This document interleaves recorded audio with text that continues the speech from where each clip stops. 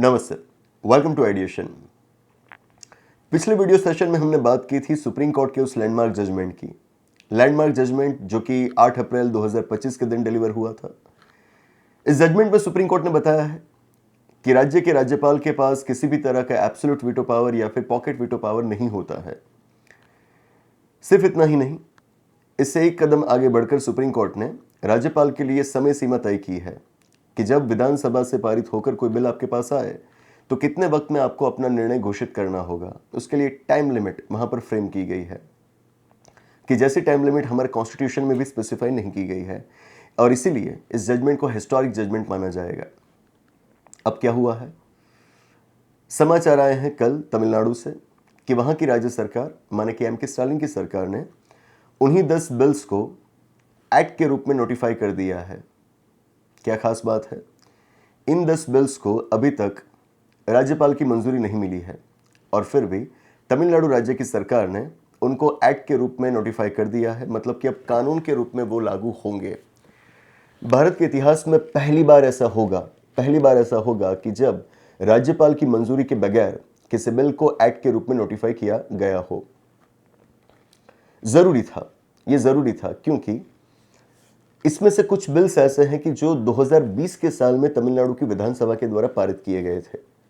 2020, यह है 2025, 5 साल में अभी तक वो कानून नहीं बन पाए हैं। इससे क्या हुआ, तमिलनाडु में आज करीब आधे डजन से भी ज्यादा ऐसी यूनिवर्सिटीज हैं कि जिनके पास वाइस चांसलर नहीं है, वीसी नहीं है। क्यों नहीं है? क्योंकि उनकी व्यवस्था के मुताबिक वाइस चांसलर को अपॉइंट करने के पावर्स हैं गवर्नर के पास। तो वाइस चांसलर को अपॉइंट करने के लिए एक सर्च कमेटी बनाई जाती है राज्य सरकार के द्वारा, लेकिन इस सर्च कमेटी को अप्रूवल चाहिए राज्यपाल की काम करने के लिए। Governor R N. रवि वो सर्च कमेटी को अप्रूवल ही नहीं देते थे। अगर सर्च कमेटी ही नहीं बनती है तो वाइस चांसलर का चयन कैसे होगा, और इसी वजह से करीब आधे डजन यूनिवर्सिटीज़ वहाँ पर हैं कि जिनके पास आज वाइस चांसलर ही नहीं है। बिना वाइस चांसलर के आपकी यूनिवर्सिटी का काम कैसे चलेगा।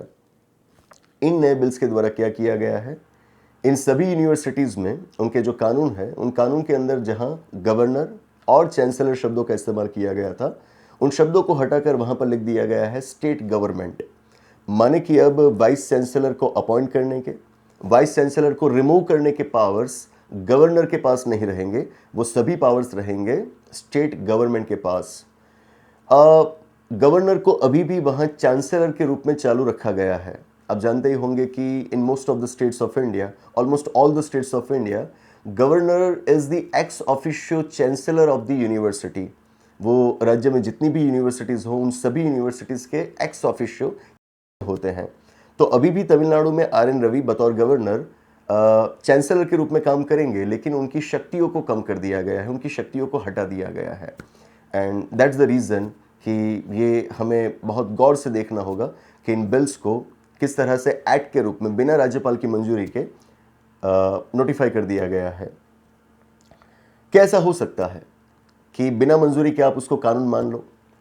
भारत के अंदर ये कहना मुश्किल है, क्योंकि भारत के अंदर जो प्रावधान किए गए हैं संविधान के अंदर, उसके हिसाब से ये नहीं हो सकता है। लेकिन तमिलनाडु राज्य की सरकार ने हवाला दिया है सुप्रीम कोर्ट के उस जजमेंट का, और कहा है कि वहाँ पर जो समय सीमा बांधी गई थी वो समय सीमा तो खत्म हो चुकी है, और राज्यपाल ने कोई जवाब नहीं दिया है, इसीलिए इसको कानून मान लिया जाए। लेकिन ऐसी व्यवस्था, बिना मंजूरी के कानून मान लेने की व्यवस्था और देशों में मौजूद है।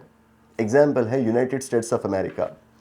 यूएसए के कॉन्स्टिट्यूशन में प्रोविजन है कि वहाँ की पार्लियामेंट से किसी बिल को पारित करने के बाद जब राष्ट्रपति के पास उनकी अप्रूवल के लिए भेजा जाएगा, राष्ट्रपति के पास वक्त रहेगा सिर्फ 10 दिन का।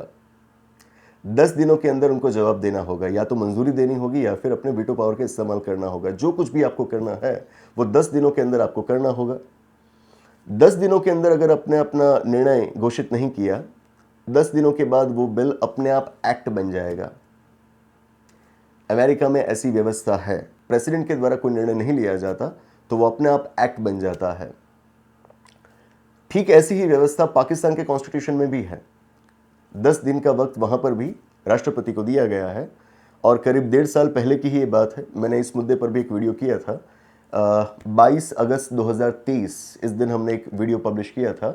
तो उसमें हमने बात की थी कि तब ये हुआ था कि वहाँ की पार्लियामेंट, पाकिस्तान की पार्लियामेंट के द्वारा कुछ बिल्स पारित किए गए थे और वहाँ के राष्ट्रपति की मंजूरी के बगैर उनको एक्ट मान लिया गया था, क्योंकि वो 10 दिन का वक्त खत्म हो चुका था।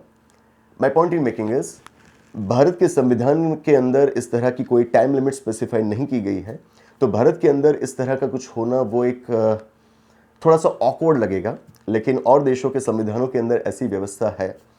खास करके जो सिविल सर्विसेज के एग्जाम की प्रिपरेशन कर रहे हैं वो एस्पिरेंट्स इन चीज़ों को गौर से देखें। एग्जाम के आपके सिलेबस में एक टॉपिक है कि जिसके लिए आपको अलग अलग देशों की शासन व्यवस्था, अलग अलग देशों के संविधानों की तुलना करनी होती है। तो this is the right case कि इस प्रोविज़न के आधार पर आप इंडियन कॉन्स्टिट्यूशन की कंपैरिजन कर सकते हो और देशों के संविधानों के साथ। That's it. आशा करता हूँ कि आपको बातें समझ में आई होगी।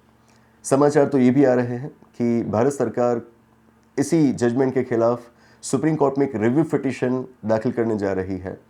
हो सकता है वो रिव्यू पिटीशन के बाद जो नतीजा आए, उसका जो जजमेंट आए, उस जजमेंट से उस पुराने जजमेंट को खारिज कर दिया जाए। हो सकता है, या ये भी हो सकता है कि रिव्यू पिटीशन के बाद भी आपको कोई नया इसमें रास्ता ना दिखे, जो पुराना जजमेंट है उसी को जारी रखा जाए। जो होगा वो आगे देखा जाएगा, लेकिन अभी के लिए ये तय है कि तमिलनाडु के अंदर ये जो हुआ वो एक हिस्टोरिक कदम है और हो सकता है कि और राज्य, ऐसे राज्य की जहां पर बीजेपी की सरकार नहीं है, मतलब कि बीजेपी के और एनडीए के ऑपोजिशन पार्टीज की सरकार है, वहां पर भी ऐसा कुछ हो सकता है। अगर तमिलनाडु ने किया है और राज्य भी सुप्रीम कोर्ट के उस जजमेंट का हवाला देकर बिना राज्यपाल की मंजूरी के उन बिल्स को एक्ट के रूप में घोषित कर दे, ये हो सकता है। देखते हैं क्या होता है। तो बस इसी के साथ इस डिस्कशन को, इस सेशन को यहीं पर रोकते हैं। आने वाले सेशन में ऐसे ही किसी इंटरेस्टिंग टॉपिक के साथ फिर मिलेंगे। Thank you.